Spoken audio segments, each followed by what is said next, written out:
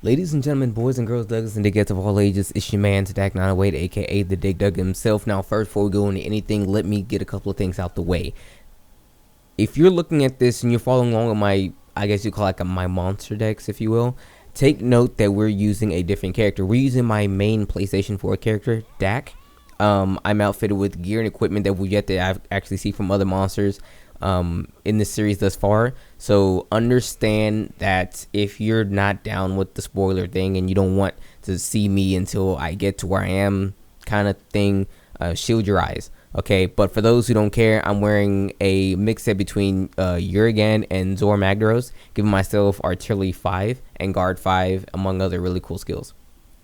My weapon is a Sharo, whatever the heck is actually called. I just call it Sharon, the final endgame monster gun lance, maxed out, obviously, because when you make it, it's automatically maxed out. And I'm using non-elemental boost to get it going. So with that said, that's my set, and that's the reason why I have it, because on my PlayStation account, I went ahead and beat the game, and I'm already in the guide lance, but on the Xbox, I'm not, because I'm going with the monster decks thing. Now, in this particular hunt, we're going to be fighting Black Veil Hazak. Again, if you're not with the thing and you don't really care, it doesn't matter. But if you are with the decks and you close your eyes. But Black Veil Hazak is actually my favorite monster this entire game, in the entire 5th generation.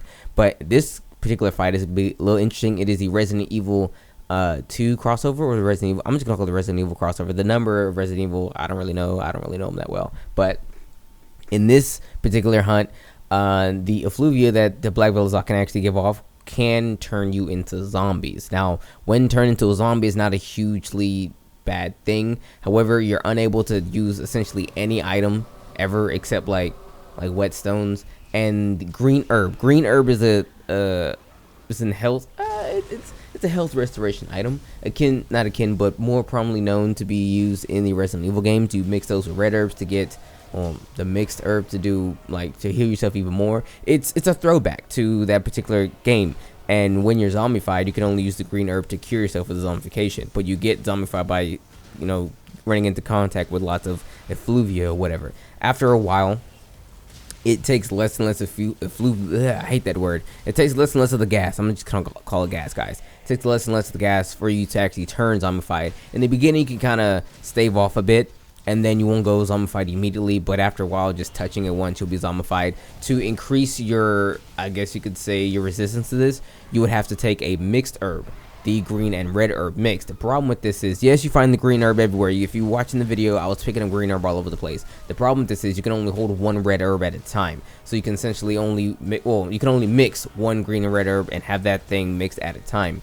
That increases your resilience to that of the zombification. However, finding green and red herb, green herb is easy to come by because it's the one that you kind of need to get out of zombification. After a while, you kind of see me just use it because the zombification thing kind of gets in the way, but the red herb is kind of harder to find. What I would recommend doing, if you really want to, traverse all of the Rotten Vale, look for green and red herb all over the place. Start at area 1 and work your way down to area 11 where Valazak actually likes to live at, and then you might come across a couple of different spots of green and red herb and so on and so forth. I've only been able to catch like 3 different spots where the red herb actually spawns, but nevertheless, so the whole point of this is, when you're a zombie, let me see if I can remember all this correctly. When you're a zombie, you gain health. You can restore your health by getting in the acid pools.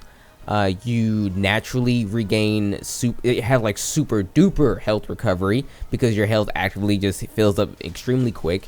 This does not take into account when you have your weapon drawn, so remember this. Also, when you're zombified, your movement is, it's sluggish, kind of like a zombie. You have a rock steady mantle type effect, so that means like an attack would hit you, you won't like recoil from it, you'll just walk straight through the attack, which can be helpful in certain cases and not so much in others, but it's a thing nevertheless. Outside of that, once taking the green herb, it will heal you and you'll go back to your standard normal hunting state. Now, on top of all these things, you cannot dodge while you're zombified. So certain weapons like the lance and the lance and the gun lance kind of gets a little hard to do a lot of things with. Well, the lance can kind of get away with just using the counter to continue the combos. The gun lance, you have to well, you can reload, do the quick reload, but a lot of times your muscle memory, it's tied into dodging, and you can't dodge. So there's no back hopping, there's no sidestepping, things like that. So for weapons like dual blades, longsword, they kind of rely on that kind of thing, who don't have a shield, you kind of want to take those herbs. This is one of the instances where the lance and the gun lance shine higher than anyone else, because you can still extend combos, you just have to do the other means to extend combos, as opposed to just, you know, dodging or sidestepping to extend your combos. And you don't really need to dodge too much when you have a really good lance or a good gun lance. You have a good setup, like guard up, you can block all the beams, you're good to go. It's free. So if you're lance or gun lance, it's free. You can't back hop, but you're fine, buddy, you're fine. Now you still want to get rid of the zombification effect, so you still want to take care of that that green herb, red herb mixture, and get to use that quite a bit. Now outside of that, I think I covered everything. There's not a whole lot to go into, but there's a bunch of particulars when it comes to this whole zombification thing. But nevertheless, this is a Black Velozok fight, so if you guys are familiar with, I'm just gonna give you a quick version. If you've never fought Black Velozok, he's very similar to that of regular Velozok. He has a couple of new moves and new things that make him, in my opinion, a little bit more deadly. He's more akin to the Valhazok that we already knew, but then more. You know, like actually a little bit more than just a regular bit of more. Like sometimes I say certain subspecies or variants or whatever, they just feel like the same thing, but like one thing. Black Veil is like the same thing, but a few other things on top of a few other changes, and then a few more things. So he's a full evolution to a Valhazok, in my opinion. Not like a grand evolution, but he's definitely a full step over. He's not a 1.5, he's a 2.0 for sure. So if you're actually going here with the Fluvia resistance, that does not stop you from being caught with the zombification. However, still run it, because it'll stop you from getting smacked straight to hell with the Fluvia thing. So like, on top of being a zombie, your health's being reduced by half. You don't want that. So bring it anyway. It just doesn't stop you from becoming a zombie, but it stops you from having your health get knocked down to 0.5%, well 50%. So yeah, definitely bring that, because it's still useful. Now let's talk about the gear and the stuff you get, the rewards for actually completing this quest right here.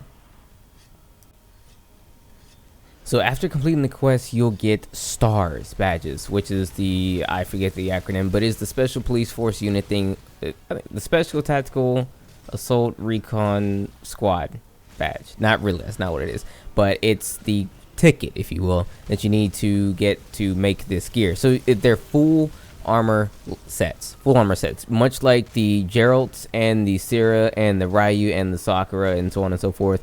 This time we get Leon and Claire. Now for Leon and Claire, it's actually two slightly different armor sets, but for the most part you can kind of see where they share a bit of resemblance. So with Leon, you get Agitator 7, Attack Boost 3, Weakness Exploit 2, and Spread Power Shots 1. And he also gives zombie plus effluvia resistance, meaning you can wear this and not be affected by either the zombification or the effluvia whatsoever. And of course you get Agitator Secret, which is essentially a really cool armor set. I'll admit, it's actually pretty dope, all things considered. Now for Claire, slightly different.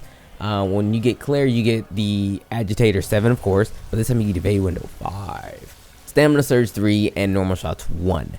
Again with the zombie, flu resistance, and Agitator Secret thing, of course. So personally, too bad you can't mix because they're full sets, but I might run Claire personally, because Attack 3, Weakness Exploit 2, that's yawn extra boring, and you need 4 points to attack for it to even matter any, honestly, so that way you get the affinity bonus. But I mean, Weakness Exploit 2 is kind of cool, but then again, if you don't really care that much about Weakness Exploit, you can just like not get touched and have stamina for days and still get it in. Just saying. And with the Agitator, you get the affinity bonus anyway. So like, yo, I kind of think Claire's the better set. So rather, outside of that, you get pendants. So you get the RPD, the Raccoon Police Department pendant. It hangs from your weapon. Let's spin it. You can't really see it on my weapon. I probably should have chosen a better weapon to display that, but you can see it through my elbow there. You get the Umbrella Corporation pendant, which is probably going to be one that I run more often than not. It looks really snazzy.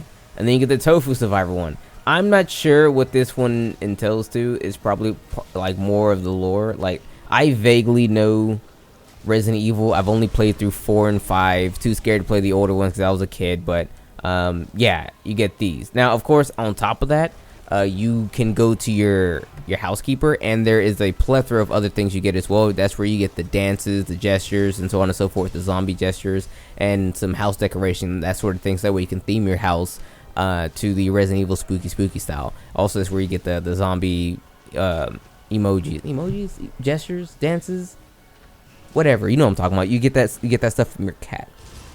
I didn't get it because Dak isn't about fun. He's very boring. I don't want those emojis. I don't want those gestures. I don't really care for him.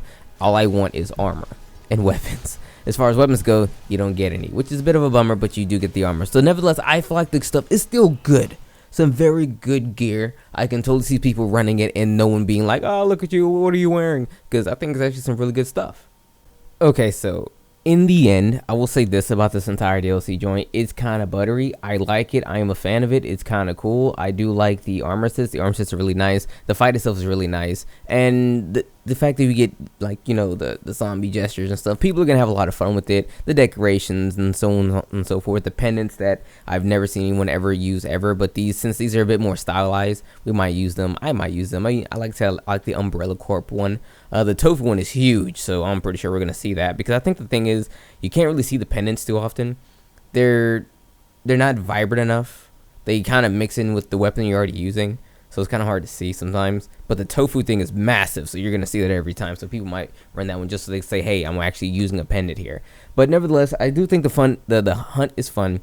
The DLC is fun, and it's cool. I like it. It's not some grandiose thing. It's not like the Final Fantasy one that's like much bigger. This is still fun, nevertheless. Now, there is another part of this DLC. I think it's called Every Hunter's Dream 3, where the contest, that's the word. There's the contest where you have to draw a weapon and then Capcom will put it in. That quest is available. I will do that video later. I only had time to do one video because I only have like 3 hours to myself, so I have to record this and then make the video and so on and so forth. But we will do that one later. I don't really care for it too much because it's Charge Blade, and we all know you boy don't care. And everyone on planet Earth knew the Fist Gun Lance was the one we all wanted. Let's not pretend here. That Charge Blade is pretty looking, but it's buns compared to what that Gun Lance was going to accomplish. I know people who don't even like Gun Lance saying, yeah, yo, that Gun Lance was dope. Yo, the finger, the slap, the fist, come on, dude. Capcom, the reason why they didn't do it is because Capcom is lazy. They didn't want to have to animate the Gun Lance to do all the cool things it could do. Whereas the Charge Blade, what did it do? It sent ravens out, which they can just kind of, bro, that's like, that's a GIF. They just threw a two-dimensional GIF when you when you activate and the little birds come out. Big whoop. And I mean, it's shiny. If anything, at a glance, it looks like the same the same Charge Blade for the Star Rook armor, if you guys remember that from Generation. But nevertheless, it's a thing.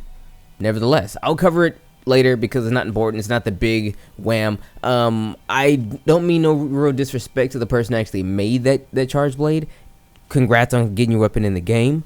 I'm just saying that a grand masterful amount of people would have preferred the Gun Lance, but it is what it is nevertheless. So, like I said, I'll cover the video later. It'll be a little bit shorter because it's just you fighting a Narg, a Kuga, and I think a Nightshade Palamulu. And for the most part, the video is going to be based on the weapon itself. And I already have people giving me all the information on the weapon, so that way when I make the video, it's going to be relatively short, snacky if anything. I was going to duct tape it to this one, but I don't like delaying videos for the sake of another video.